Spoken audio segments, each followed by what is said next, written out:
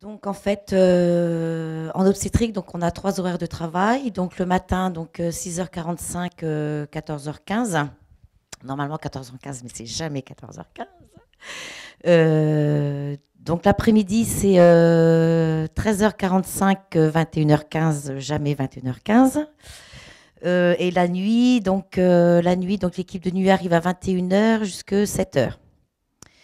Donc le matin, donc nous avons les transmissions. Chaque équipe, en fait, dès qu'on change d'équipe, donc il y a transmission de l'équipe de nuit à l'équipe du matin. Et donc après nos transmissions, donc on passe dans toutes les chambres voir les moments, comment ça s'est passé la nuit. Donc voir s'il y a les soucis au niveau d'allaitement, toutes leurs questions. Et donc, on voit toutes les mamans en un seul tour. Et après, donc, on va commencer les bains. Donc, les bébés ne sont plus baignés à la naissance. Ils sont baignés 24 heures après la naissance. S'ils ont une bonne température et si le poids le permet. Les petits bébés de 2 kg, 2,5 kg sont baignés 48 heures après la naissance. Donc, le premier jour, donc, on accompagne la maman. Donc, la maman fait le bain et on est avec elle dans la chambre. Et donc, maintenant, d'après tout ce qui est le service dermato, nous ont plutôt conseillé de baigner les bébés plutôt 2 fois, enfin une fois toutes les 48 heures. Mais pour les primipares, en fait, les mamans qui le souhaitent, elles peuvent baigner à la maternité tous les jours leur bébé. Comme ça, quand elles sortent de la maternité, elles sont autonomes. Les primipares. Ah oui, les primipares, oui. Donc, c'est les premiers enfants, en fait. Une maman qui a un premier bébé, on appelle les primipares. Donc voilà, donc le premier bain est fait dans la chambre et puis après donc on a une nurserie où les mamans peuvent venir justement baigner leur bébé. Il y a une auxiliaire qui est présente en permanence pour les aider. S'il y a des soucis, il y a toujours une auxiliaire qui est à leur disposition. Donc les bébés sont pesés par contre tous les jours, donc c'est pour ça que donc l'accompagnement dans la chambre. Et pour les mamans qui ne veulent pas baigner leur bébé tous les jours, mais elles viennent en nurserie peser leur bébé. Voilà, et donc après, bah, tout ce qui est les conseils d'alimentation artificielle, d'allaitement maternel, dès qu'il y a un souci, bah, elle nous appelle et on est là pour répondre aux questions, pour les aider. Ça, c'est le gros de la matinée. Donc l'après-midi, ben, c'est pareil, donc transmission de l'équipe du matin, l'équipe d'après-midi. Et donc ensuite, ben, nous passons également dans toutes les chambres.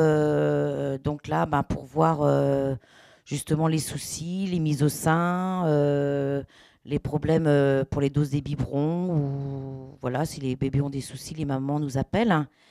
Donc pour l'instant, nous faisons aucun bain l'après-midi. Hein, donc, notre projet de service, donc je ne sais pas si vous avez entendu parler pour la maternité de Saint-Brieuc, on travaille pour l'IHAB, en fait, l'Institut hospitalier l'Ami des bébés. Donc, il y a 11 maternités en France et on aimerait bien être la 12e. Donc, bon, ça nécessite beaucoup, beaucoup de travail. Maintenant, bon, même si nous n'avons pas le label, on a fait d'énormes progrès. C'est vraiment donc bah, le pot à pot donc fait partie de l'IHAB. En fait, garder son bébé en pot à pot 24 heures sur 24, ça c'est les objectifs. Euh, le, le matin, les mamans peuvent se reposer jusqu'à 9h30. Hein, on a un système de pancarte sur les portes, en fait, et si elles mettent leur tasse sur la porte, en fait, elles ne voient personne jusqu'à 9h30. Donc ça aussi, ça fait partie de l'IHAB. Donc nous, on essaye de petit à petit d'améliorer les conditions. Bon, si on a le label, ça sera bien. Si on ne l'a pas, bon, on va quand même vers des conditions de travail beaucoup mieux. Beaucoup mieux pour le personnel et puis beaucoup mieux pour les mamans. Et donc justement, donc, la nouvelle organisation, ça permettrait de faire des bains l'après-midi. Hein, donc ça, ben, on verra la nouvelle organisation puisque bah, l'IHAB, c'est de respecter le rythme de bébé, le réveiller le moins possible en fait. Donc le matin, ben, on essaye aussi que les mamans nous appellent si le bébé est réveillé. Mais bon, le problème, c'est quand le service est plein, qu'on a 40 bébés, ça, on ne peut pas attendre que les mamans nous appellent. C'est pas possible. Donc si on arrive à la nouvelle organisation et qu'on pourra faire des bains toute la journée, ben ça sera super pour les parents parce que le papa, des fois, la soirée ou la fin d'après-midi pourrait être encore plus là. Donc, ça sera vraiment super. Voilà, donc ça c'est l'après-midi, donc toute la surveillance et puis le service de nuit. Le service de nuit, c'est répondre aussi aux souhaits des mamans, aux questions. Donc dans l'IHAB aussi fait partie que le bébé doit être à proximité de la maman 24 heures sur 24 au maximum. Donc les bébés normalement doivent venir de moins en moins en nurserie, c'est l'objectif. Maintenant, c'est cas par cas quand même, parce que si on a une maman qui est épuisée, que l'accouchement ne s'est pas bien passé, ça arrive de prendre bien sûr les bébés. Même maintenant, ce n'est pas de façon systématique. En fait, les mamans vont essayer de commencer la nuit avec leur bébé. Et si vraiment elles appellent, qu'elles sont très fatiguées, à ce moment-là, les auxiliaires de nuit prennent le bébé 3-4 heures en nurserie. C'est plus maintenant une nuit complète comme avant. Mais c'est vrai que dans le milieu hospitalier, en tous les cas, on travaille beaucoup avec une équipe, au sein d'une équipe. Et à la maternité, donc il y a les auxiliaires, mais il y a aussi des aides-soignantes. Il y a des puéricultrices qui sont avec nous. Il y a des sages-femmes. Et il y a un pédiatre qui est toujours là et un autre pédiatre qui vient le mardi. Et je trouve qu'au sein de l'hôpital, moi, c'est ça qui m'a plu, entre autres, dans le métier d'auxiliaire, c'est qu'on a notre tâche propre, surtout à la maternité, parce qu'on est assez en fait autonome, mais on travaille aussi avec les autres filles qui sont là, donc celles que je viens d'énumérer. Je trouve que c'est vachement intéressant de pouvoir justement travailler, de s'appuyer quand on est nous en difficulté sur un allaitement par exemple, de pouvoir s'appuyer sur les autres collègues, des auxiliaires, mais aussi sages-femmes ou puéricultrices. Et je voulais juste ajouter aussi que quand on travaille au sein de l'hôpital, donc en effet, il y a les horaires, comme tu l'as dit, Flo, mais il y a aussi, je trouve, beaucoup de rencontres, d'échanges, parce que on voit toute la société passer au sein de la maternité, en pédiatrie. Et moi, je trouve que c'est un lieu de rencontre qui est assez phénoménal quand même. Voilà. Alors, je vais compléter un petit peu par rapport à l'hôpital. C'est vrai qu'une puéricultrice à l'hôpital... J'aimerais rebondir sur ce qu'a dit Florence. On a des métiers, en fait, où on ne travaille jamais seul. On est toujours en équipe. Ça, c'est important de le savoir. Il y a des métiers où on peut travailler seul à l'extérieur, mais l'hôpital, ou le crèche, on est toujours en équipe. Et ça, c'est intéressant d'avoir une complémentarité de métiers. Alors ça, c'est vraiment important. Concernant l'hôpital, donc c'est vrai qu'on n'a pas précisé non plus, mais on travaille toujours sous la responsabilité d'un médecin. On est paramédical, donc ça veut dire on travaille sur prescription médicale, toujours. Donc une puéricultrice va effectuer des soins auprès des tout-petits sur prescription médicale. Elle a ses propres technicités. Une puéricultrice a des formations sur le soin, mais elle va toujours faire des actes, donner des traitements sous prescription médicale. Donc, on travaille vraiment en partenariat avec les pédiatres, essentiellement les pédiatres, puisqu'on travaille auprès de l'enfant. On arrive à travailler avec des médecins généralistes également, mais hors milieu hospitalier, ce sont essentiellement des pédiatres. Donc, on travaille donc auprès du tout-petit, en néonate où j'ai travaillé. Donc, néonate, ça veut dire premier mois de l'enfant, donc tout ce qui est prématurité, bébé de petit poids, sont des bébés fragiles, donc on a des protocoles très très précis. Ce sont des soins très très spécifiques où le personnel doit être formé en double avant de pouvoir être autonome. Ce sont des soins très très... Et on a fait beaucoup de progrès avec des techniques américaines qui s'appellent NIDCAP, une prise en charge psycho-affective du tout petit. On a beaucoup amélioré et diminué les stress du prématuré, sur le prématuré qui reste longtemps hospitalisé. On a amélioré les relations maman-enfant avec aussi une stimulation de l'allaitement maternel pour le bienfait de l'enfant. Donc, il y a eu énormément de progrès ces dernières années par rapport à ce que moi j'ai pu vivre. Mais la puéricultrice, en tout cas, reste toujours à l'écoute des relations parents-enfants, de la stimulation du lien mère-enfant dans le tour de l'allaitement.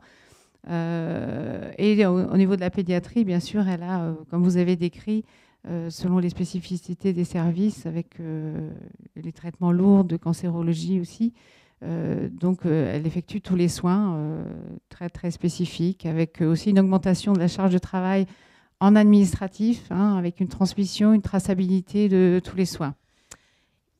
Une journée type en pédiatrie, c'est pareil, ça fonctionne en 3 équipes avec des transmissions, équipe du matin, équipe d'après-midi, équipe de nuit.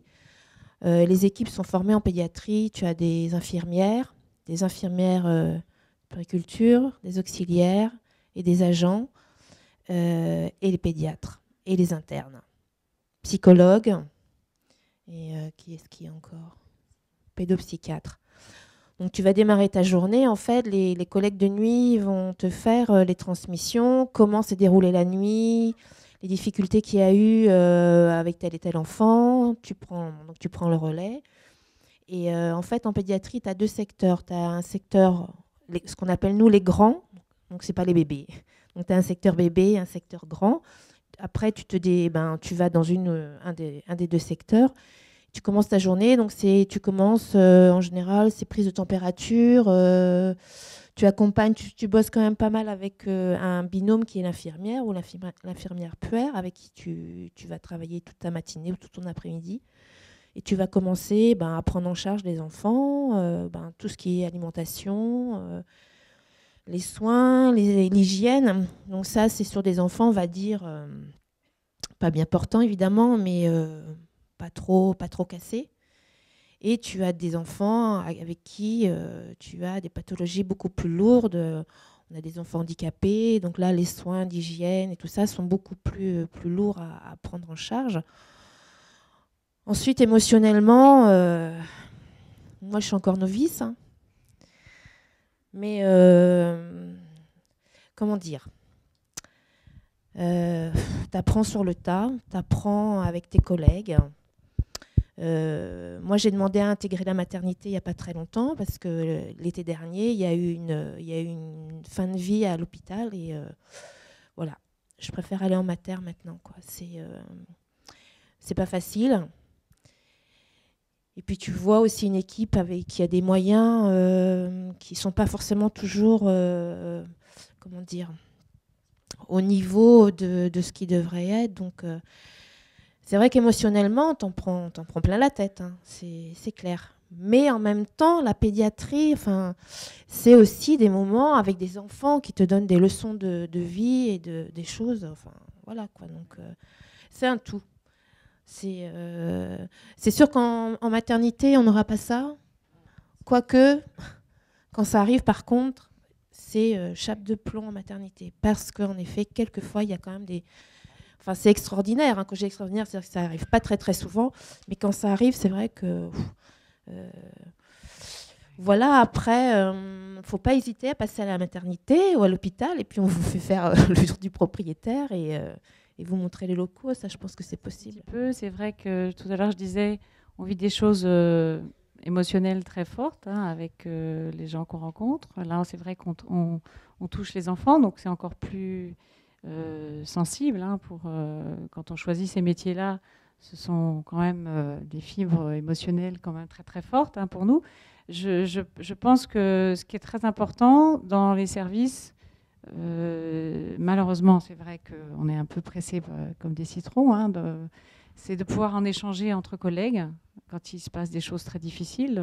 Il y a des équipes, où ça fonctionne bien, des briefings quand il y a des soucis comme ça, des situations douloureuses, puisque tout le monde est impliqué. On est tous humains, on est tous, même les médecins, bien sûr, on est tous humains. Il y a des résonances en soi. C'est important dans les services d'avoir une attache d'un psychologue. C'est pas partout pareil, c'est pas dans tous les hôpitaux. Donc ça, malheureusement. Et le conseil que je vous ferais, c'est de faire du sport à l'extérieur, d'avoir une vie amicale et voilà, à l'extérieur, avoir une vie équilibrée aussi. Je pense que c'est quelque chose de très important pour équilibrer quand même. On est dans l'humain, donc ça a forcément des résonances. Quand tu disais c'est personnel, c'est vrai, il y a des gens qui vont mieux gérer le stress que d'autres. Ça, il y a la bouteille aussi, mais c'est pas parce qu'on a de la bouteille qu'on n'est pas sensible. C'est-à-dire qu'on s'habitue à des choses, mais on n'est pas insensible. Beaucoup de gens disent, mais comment vous faites à l'hôpital? Comment est-ce qu'on fait? On se réfugie derrière des soins, derrière des actes. Quand je disais tout à l'heure, c'est difficile quand on a peur du sang, tout ça, la mort. En fait, quand on sait faire quelque chose, c'est moins traumatique. Hein. Mais ça reste quand même. Oui, c'est le. On reçoit beaucoup, mais on donne beaucoup, mais on reçoit beaucoup aussi. C'est pas parce qu'on est en fin de carrière qu'on est blindé en fait. On a un cœur, on n'a pas une pierre. Et heureusement. Et heureusement, c'est pas parce que qu'on a des années derrière nous. Je pense que malheureusement, quand le drame arrive, on rentre chez soi, on n'est pas forcément bien, quoi. Donc c'est sûr qu'il faut, il faut avancer, il faut passer autrement. Mais on peut pas, normalement. Moi, au début que j'étais en pédiatrie, on me disait, voilà, t'es au boulot, mais maintenant quand tu sors, tu rentres chez toi, point barre. Non.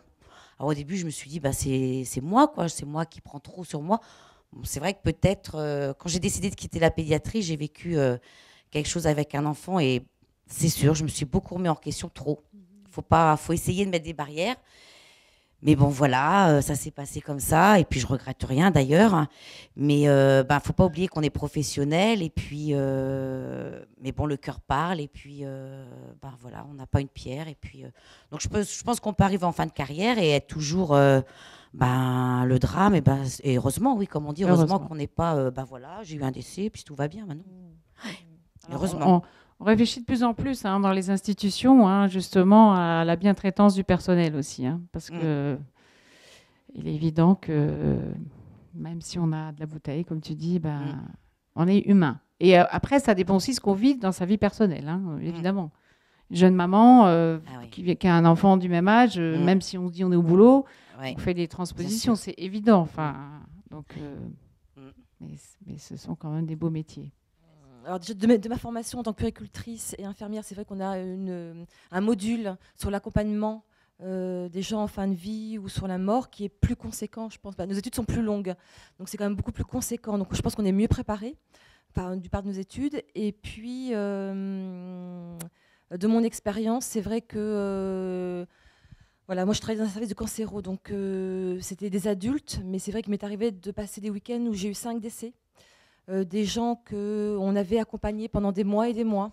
Donc on connaissait, il y avait un lien vraiment particulier et fort avec ces gens-là, ces personnes-là. Et quand ils décèdent, c'est lourd aussi parce que voilà, on accompagne la famille aussi, on essaie d'être fort pour aider, soutenir la famille, tout en essayant nous aussi de surmonter cette épreuve. Mais c'est là où on parle de l'équipe et on revient toujours à ça, c'est que la notion d'équipe, c'est fondamental dans nos métiers. On ne pourrait pas s'en sortir aussi bien psychologiquement si on n'était pas une équipe soudée, en tout cas, de pouvoir verbaliser. Et ce que je voulais dire aussi, c'est qu'on est des métiers alors plus féminins, je ne sais pas, mais en tout cas, on est des métiers où on a besoin de parler, de verbaliser. D'abord, on est des métiers de communication, donc on a besoin de communiquer beaucoup, avec beaucoup de monde. Et je pense que dans notre... pour ces épreuves-là, de savoir communiquer, de parler, de verbaliser, de dire ce qu'on ressent, ça nous aide énormément à évacuer toute la souffrance qu'on pourrait avoir quand on affronte la mort comme ça de personnes qu'on a côtoyées, qu'on a aidées pendant des mois dans les soins. Je voulais rebondir avec toi. C'est vrai qu'avec ce que tu dis, c'est vrai qu'on remarque que dans les services de réanimation, les services de cancéro, les services de SAMU, les services vraiment où on vit des choses traumatisantes aussi pour l'être humain qu'on est, ce sont dans ces services-là qu'il y a la meilleure ambiance et en général, parce qu'il y a justement un lien fort entre les soignants qui se serrent les coudes. Vraiment, on est tous dans la même galère, il faut le dire, au niveau humain. Et c'est vraiment, et quand on est jeune professionnel, pour l'avoir vécu, même si ce sont des services fatigants, c'est un service passionnant. Ce sont des services passionnants parce qu'il y a ça aussi. Et se retrouver infirmière dans un service avec 40 lits, toute seule en chirurgie ou en médecine, ça n'a rien à voir. Même si on vit des choses peut-être un peu moins stressantes, ce lien, et vraiment, comme tu disais, là, les échanges qu'on peut avoir en équipe, c'est quelque chose de très soudant et soutenant. Très soutenant. Voilà. Je voulais juste dire aussi sur l'histoire de nos métiers, globalement, c'est qu'on est des soignants à l'origine, et soigner, ça veut dire guérir. Et longtemps, je pense qu'il y a eu une négation de la mort et une négation de la douleur et de l'accompagnement dans nos études depuis très longtemps. Il n'y a qu'une vingtaine d'années ou une trentaine d'années où on a pu voilà, et grâce à l'apport de la psychologie, hein, faire avancer tout cet accompagnement, mais ça manque encore dans les études auxiliaires, visiblement. En tant qu'auxiliaire, donc ça, c'est vraiment l'effet négatif, quoi. Hein. Maintenant, voilà, en tant qu'auxiliaire, bah, il y a des super, autant en pédiatrie qu'en obstétrique. En pédiatrie, bon, bah, même, voilà, il y a un enfant qui va pas bien. Après, on le voit sortir, il nous fait coucou. Bah, voilà, c'est gagné, c'est du bonheur. Hein. Il y a, bah, les parents, c'est pareil. Hein. Donc, il y a une relation avec les parents. Bah, voilà, leur enfant sort. Donc, ils sont super contents et normal. Maintenant, bah, en obstétrique, c'est super. Hein, on accueille le nouveau-né. Donc le nouveau-né arrive après 2 heures de vie à peu près chez nous. Donc, on l'accueille. Bon, bah, c'est vrai que bah, là aussi, hein, c'est vraiment des moments extraordinaires. Donc, bah, la maman, le papa. Après, on a l'arrivée bah, de la fratrie, les grands-parents. Bon, bah, ça, c'est que du bonheur. Hein, c'est la petite larme qui coule à chaque émotion. Donc, c'est vraiment les super côtés, quoi. Hein. Ça, c'est que du bonheur. Il n'y a pas que, heureusement, parce que sinon, ça serait. En fait, quand je suis rentrée à l'hôpital, donc j'ai été 2 ans en fait sur le pool de remplacement. Donc, en fait, j'ai fait tous les services. Donc, pendant 2 ans et après 16 ans en pédiatrie, ben, en fait, j'ai eu un poste. J'ai commencé par remplacer des congés mater et puis après, donc, bah, j'ai été stagiairisée et après titularisée au bout de 6 ans. Hein, j'étais sous contrat pendant 6 ans, en fait. Hein. Donc, titularisée au bout de 6 ans. Et là, j'ai eu un poste en pédiatrie, donc, où je suis restée 16 ans.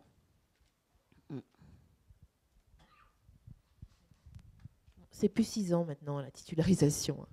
C'est 33 mois maintenant. Donc, on est stagiaire au bout d'1 an et demi ou 2 ans. 2 ans. Et après, 1 an après, on est titulaire. Voilà. Non, on est titulaire. Moi, je suis titulaire, j'ai pas de poste encore, par exemple. Oui, voilà. Ce qui vous suit, c'est le temps que vous travaillez dans la fonction publique, si vous êtes dans le public, mais c'est pas le temps dans le service. C'est-à-dire que ça n'a rien à voir. Le service où vous avez travaillé ou dans la fonction publique hospitalière, c'est pas la même chose. Enfin, je pense que sur le milieu hospitalier, ce qui est très important, c'est qu'il faut être patient. Il faut être patient de sa titularisation. Il faut être patient d'un poste. Parce que les postes, c'est pas tous les jours. Là, en maternité, ça bouge parce qu'il y a eu des départs ou il y a des départs en retraite. Mais voilà, c'est pas parce que tu es titulaire que tu as un poste attitré derrière. Hein. Alors, ça, je dirais, c'est sur Saint-Brieuc, mais ça dépend des hôpitaux et ça dépend dans le temps. C'est-à-dire qu'à notre époque, on avait besoin de beaucoup d'infirmières et on était titularisés très vite. C'est un petit peu comme dans beaucoup de travaux, enfin de postes, un peu la loi de l'offre et la demande. C'est vrai qu'en ce moment, les hôpitaux... Sur Rennes, ça va beaucoup plus vite, par exemple. La titularisation sur les hôpitaux de Rennes sont beaucoup plus rapides que sur Saint-Brieuc.